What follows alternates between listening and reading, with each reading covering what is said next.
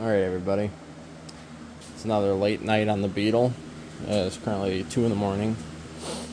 Last night I was up till 2:33. All the other nights before have been 1 o'clock. On top of working my day job, just working real long hours trying to get this thing done. It's welded good enough.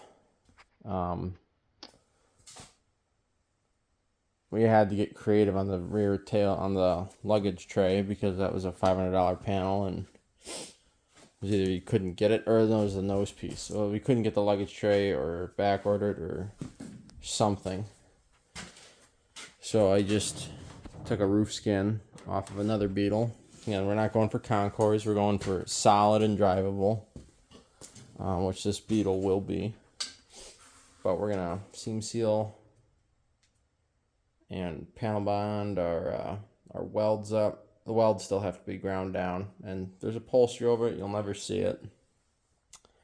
Got a lot of other stuff welded. We got a lot of cleanup and weld grinding to do, but there's one panel on this Beetle that has been replaced by someone other than me.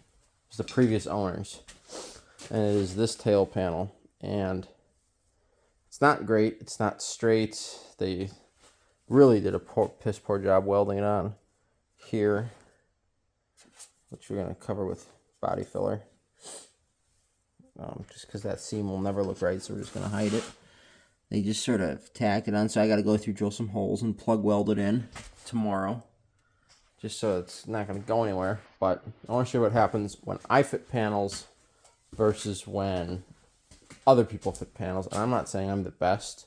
I am not the best body man in the world, not by a long shot. And this is not to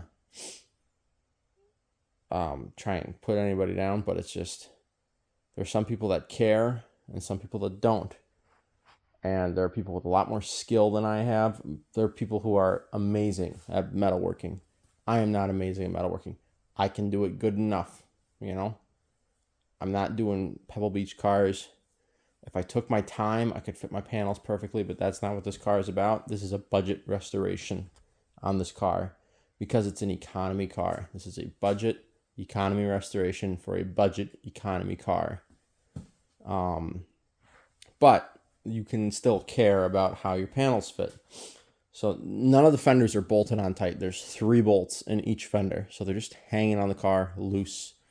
They're not on there tight at all. But you can see this nose piece. When we get the gas, I gotta still fix that a little bit. But when we get the nose piece in here, you get the fender on.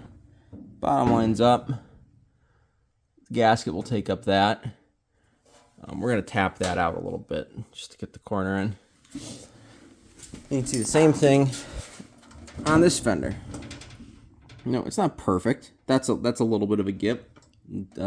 I wouldn't consider that definitely not acceptable for a very high dollar show car, but for a car that's going back to driver quality, that's acceptable. That's close to how a lot of these probably left the factory, especially when you started getting into the ones built in the 80s down in Mexico, you know, which, speaking of which, Rancho in Mexico, so who knows? That might be a Mexican Beetle fender or it's aftermarket, but that might be an OEM Mexican fender, which would be kind of cool. I don't know what it'd be doing all the way up here, you know, 2,500 miles away from Mexico, but who knows? Crazier things have happened. But I'd say that's a driver quality fit, you know? You're never going to see it because you got a chrome bumper. No one's looking that closely at the car. Driver quality, that's what we're going for. Well, these back fenders are all jacked up. I can get them to fit, except for one spot. Again, only 3 bolts in here. She's loose, well, she's tight because she's under tension, which is how it's going to be. But if I push this in where it belongs, we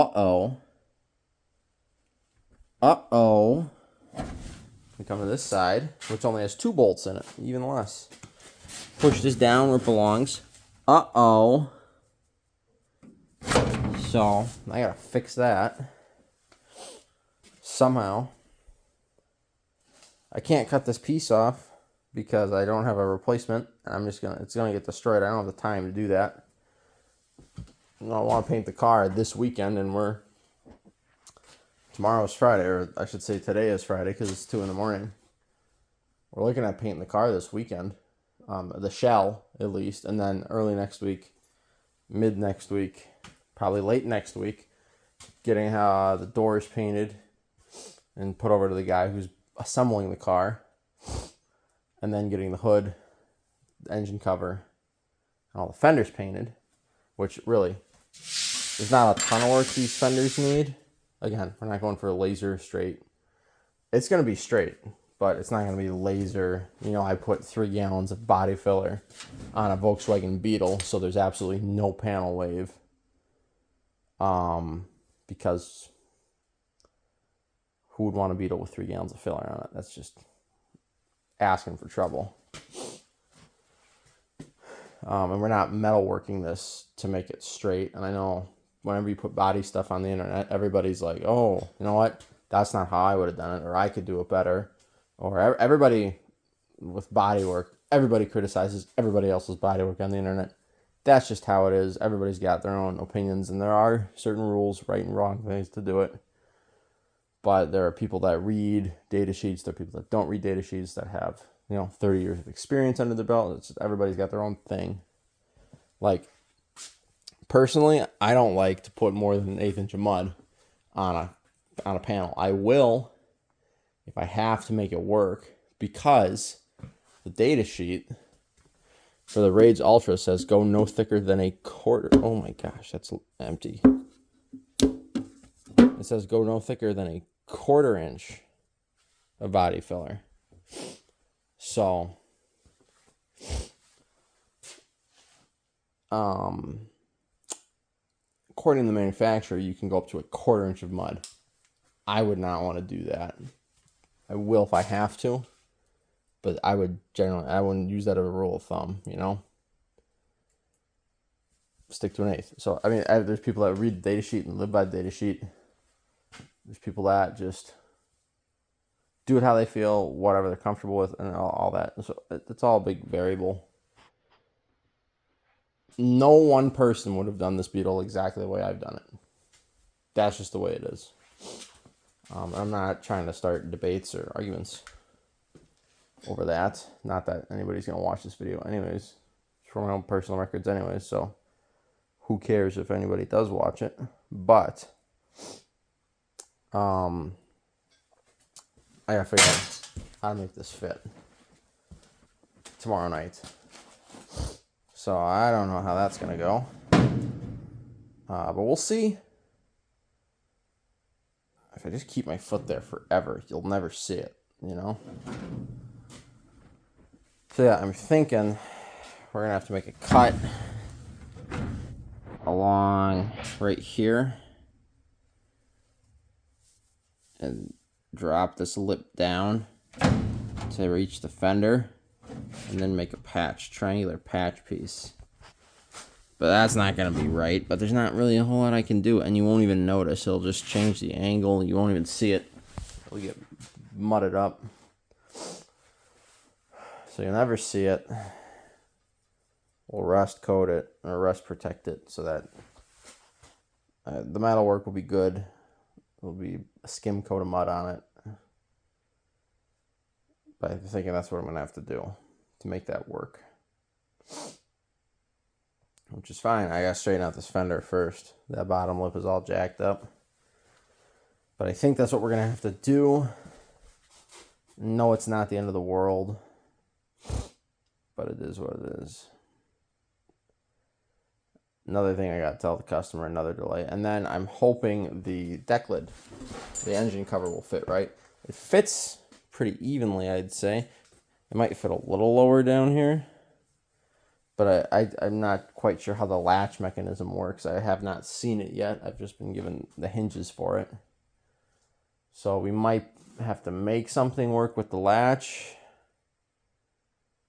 But it'll be fine. And I've actually That's another good point. I've never actually seen an engine. This car was bought.